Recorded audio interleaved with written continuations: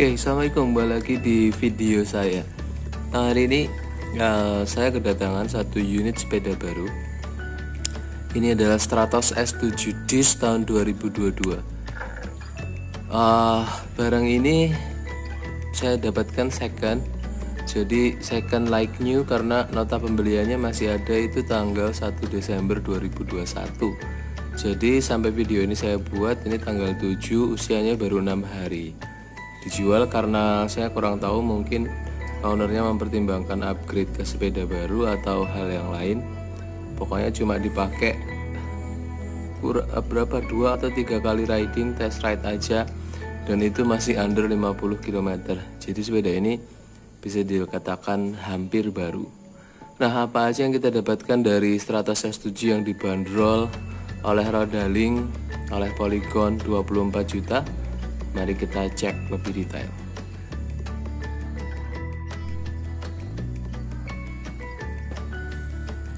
Oke, the biggest and probably the most significant improvement ya dari si Stratos S7 ini adalah bagian handlebarnya. Handlebarnya didesain inner couple.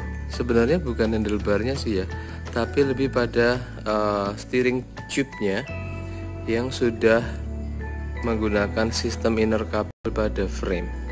Jadi udah nggak ada lagi tuh ceritanya kabel-kabel semampir di frame kiri dan kanan yang bikin lecet headset teman-teman, tuh udah nggak ada di Stratos S7 dan S8 yang 2021 ini. Nah, routing kabelnya sebenarnya masih terlihat cukup sederhana ya, karena dia praktis perubahannya itu hanya pada posisi dari head tube yang digeser ke belakang. Kalau kabelnya sendiri masih belum masuk di spacer, ring spacer, dan juga di stemnya. Jadi masih tetap ada kelihatan sedikit kabel yang keluar menjulang dari si handlebar ini. Kalau teman-teman mempertimbangkan upgrade, pakai handlebarnya Ueleo atau Elvas yang full inner couple, dia baru akan benar-benar bisa nggak kelihatan sama sekali. Tapi ini udah improvement yang cukup bagus dari Polygon menurut saya. Oke, beralih ke bagian saddle dari si Stratos S7 ini. Dia masih menggunakan saddle-nya Entity Flak. Jadi nggak ada yang istimewa dari saddle Stratos S7 ini.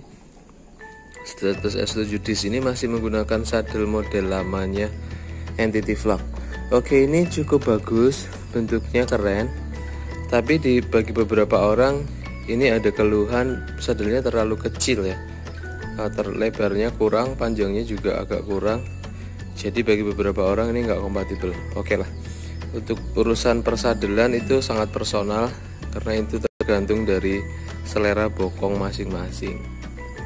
Railnya menggunakan CRMO, masih sama dengan yang dipakai di Entity Flak yang lama. Seat post menggunakan Entity yang dia juga nggak ada improvement. Saya sih berharap seat postnya udah ada yang karbon ya untuk S7 atau S8, tapi ternyata masih belum. Dia masih menggunakan seat post alloy. Oke, beralih ke improvement yang berikutnya yang juga cukup signifikan. Si Stratos S7 Disc ini ternyata sekarang udah pakai hydraulic disc brake 105/70/20 ya. Kalau sebelumnya dia masih menggunakan kaliper semi mechanical dengan TRP-nya di bagian kaliper. Sekarang S7 sudah pakai full Shimano 105 R7020 yang sudah semuanya itu hidrolik. Jadi ini full hidrolik. Ini menjamin pengeremannya lebih pakem, satu. Yang kedua juga menjamin pengeremannya lebih smooth. Dan yang ketiga, dia itu effortless banget ngeremnya. Jadi benar-benar kerasa maksimal sensasi kita menggunakan rem hidrolis ya. Kalau sebelumnya keluhannya kurang pakem, remnya kasar, dan ngeremnya masih sama beratnya kayak ngerem U-brake. Oke, karena dia masih pakai kabel mekanik. Kalau ini sudah hidrolis, sama sensasinya kayak teman-teman ngerem Yamaha Mio atau Honda Beat ya. Jadi ini udah oke banget sistem pengeremannya. menggunakan Shimano 105 dengan diameter rotornya sampai 160, bisa 140 sampai 160. Tapi ini dia menggunakan rotor 140 yang di depannya. Rotor yang digunakan tetap masih pakai TRP. Dia menggunakan sistem 6 bolt, menggunakan sistem 6 bolt dengan hubnya ini keren. Hub yang digunakan si S7 ini adalah Novatec D791B yang sama atau standar dengan beberapa wheelset entry level lain yang diproduksi di pasar bebas ya, aftermarket, kayak CSC. Kemudian yang pakai hub DTSys itu ada Yoeleo, itu sama hubnya itu Novatec. Jadi ada improvement lah dari si Entity XL3 ini. Di bagian rimsnya dia menggunakan rims alloy Entity XL3. Ketebalannya ini saya yakin sekitar 3 cm ya. Jadi udah cukup oke buat ngebelah angin. All roundnya oke lah, masih oke lah. Ban yang dipakai Skoll B1 dan dia tidak menggunakan sistem tubeless seperti ban sebelumnya, tapi dia masih menggunakan ban dalam. Oke, berapa ukuran bannya? Mari kita lihat. Saya cukup yakin sih ini 728 ya. Skoll B ukurannya ada di sini 700 kali 28. Maksimal pemompaannya sampai 95 psi aja. Jadi 60 sampai 95 psi. Oke, ini lebih support ke all roundnya. Jadi nggak perlu tekanan yang terlalu tinggi. Bannya bisa lebih empuk, tapi juga mudah-mudahan bisa melaju dengan baik juga di jalan yang halus. Mari kita cek suara si Stratos S7 dengan hub Novatec-nya ini. Oke.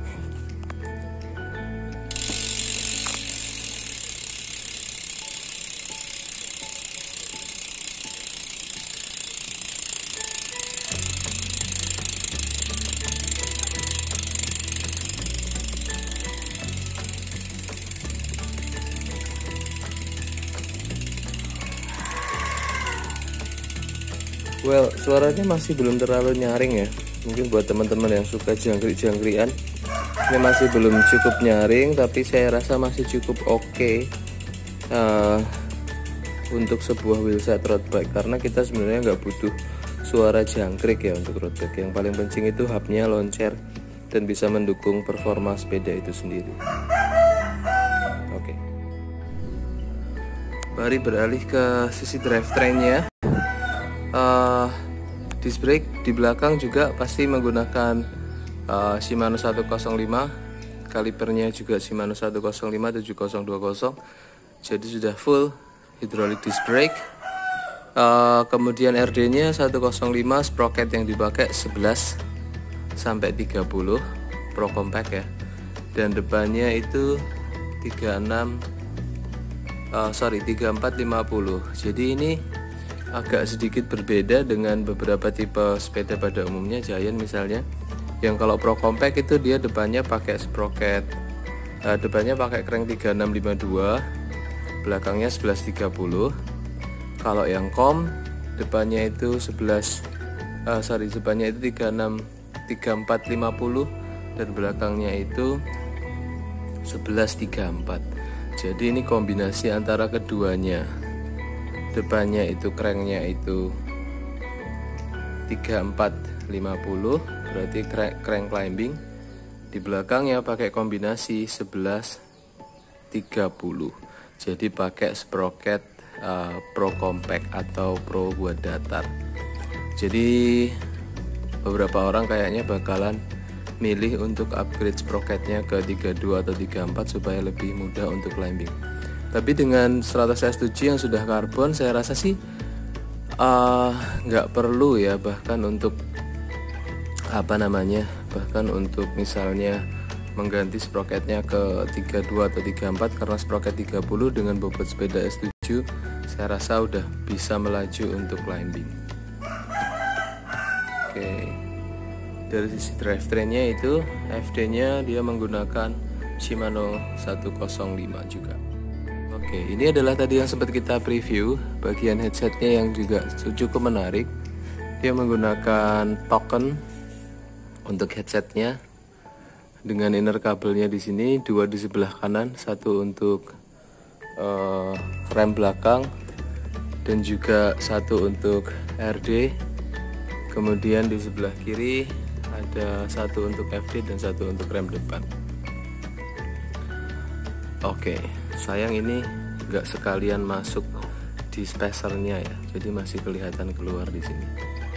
Stem menggunakan NTD, handlebar juga NTD. Ini bar tip yang biasa dipakai, cukup tipis tapi nyaman. Kelemahannya dia gampang brodol di sini ya. Nah, di sini dia gampang brodol kalau kena keringat atau sering dipakai. Jadi ini mungkin menu untuk upgrade juga buat teman-teman. Drifter 105-7020 dengan tangki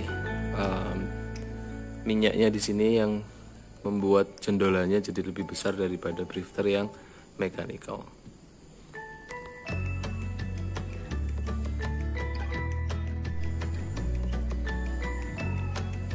Size sepeda ini S, kemudian dia menggunakan AC X series karbon. Ini sama dengan yang dipakai dengan Helios ya. Jadi karbonnya kayaknya lebih bagus yang dipakai. Dan yang surprising dari si Stratos S7 ini adalah dibalik warna yang kalem itu teman-teman, ternyata dia itu raw carbon expose. Ini mengingatkan saya pada sepeda Specialized ya, yang dia juga menggunakan raw carbon expose di beberapa titik. Ini raw carbon expose di bagian sininya. Kemudian tulisan poligonnya Dove dengan balutan warna merah yang menurut saya juga cukup keren. Jadi perpaduan antara warna merah dan carbon expose-nya menarik dengan beberapa detail di dalam fork. Yang ini mengingatkan saya ke chapter 2 ya. Chapter 2 biasanya memperhatikan detail-detail yang seperti ini di dalam. UCI approve fork. Kita lihat frame-nya apakah dia juga UCI approve. Frame juga menggunakan sertifikasi UCI, jadi sudah di approve sama UCI. Ada tekanan adjuster stem di sini 6-8 Nm. Jadi sudah ada ukurannya di situ. Bagian top tube-nya raw carbon expose. Ini benar-benar keren menurut saya.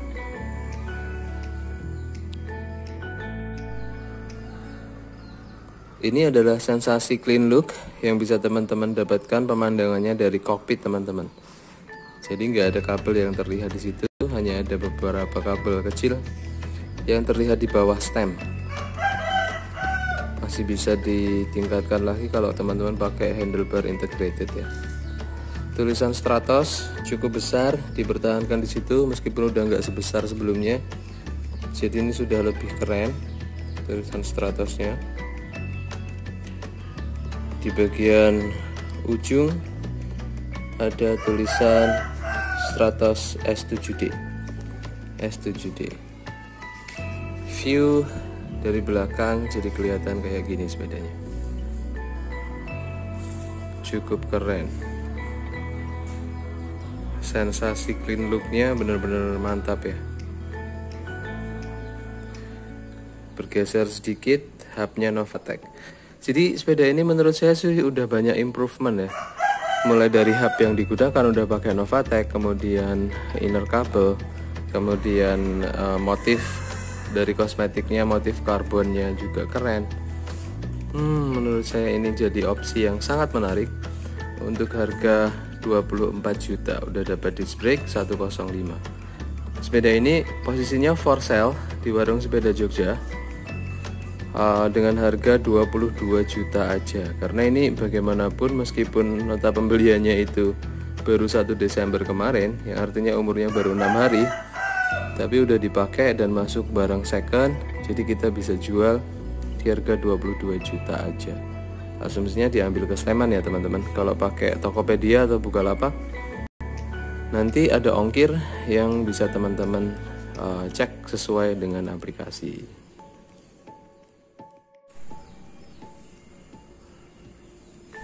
Dari depan tulisan poligonnya ada di situ, tetap kecil, lambang poligonnya hilang, lambang P atau poligon depan hilang, dengan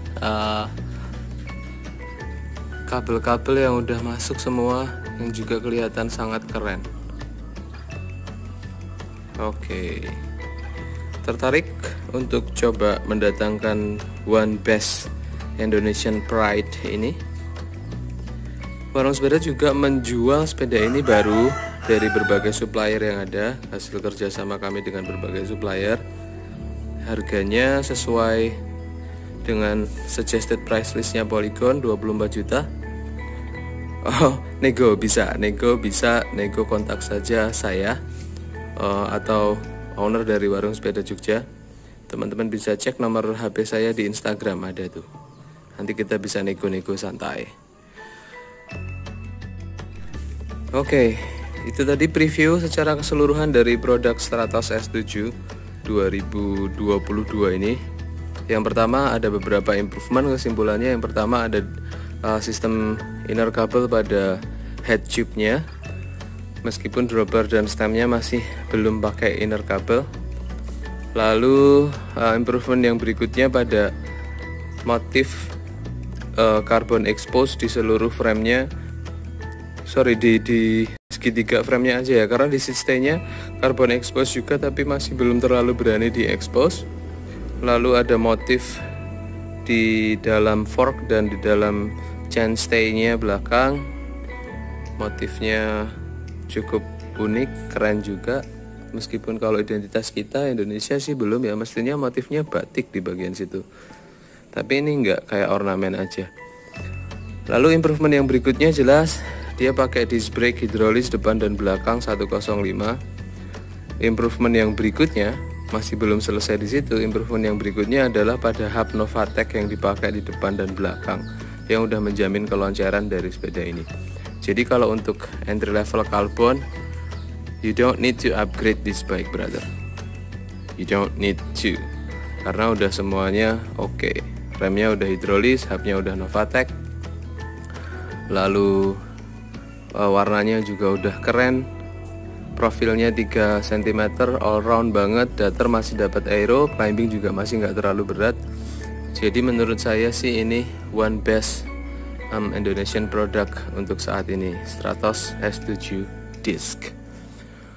Berapa bobotnya? Saya lupa, belum timbang, jadi saya harus nimbang dulu. Oke, ini adalah bobot yang kita dapatkan dari penimbangan Stratos S7 Disc. Tanpa aksesoris, tanpa pedal, dia bobotnya 9 kg, 9,1 lah. Tapi ini timbangan saya agak defect, sekitar 50 graman sampai 100 gram ya, lebih berat. Jadi menurut saya dia 9 kilo lah bobotnya. Cukup menarik, 9 kilo oke lah. Orbea aja yang harganya 45 juta dengan spek sama, bobotnya juga masih 9 kilo. Saya sih lebih setuju sepeda ini masih merupakan sepeda yang lebih baik untuk datar daripada untuk climbing. Kenapa? Karena kita bisa lihat dari bentuk top tube-nya yang cenderung datar, meskipun ada lengkungan di situ, tapi dia masih geometrinya cukup datar di top tube-nya, dan secara kasat mata dia didesain lebih baik untuk datar. Dan juga drop seat stay-nya drop. Sepeda ini lebih bagus untuk sprint, tapi untuk climbing kayaknya sepeda ini masih akan cukup kesulitan. Butuh orang-orang kuat untuk melajukan sepeda ini saat climbing. Terima kasih sudah menonton videonya. Jangan lupa subscribe, like, comment, share.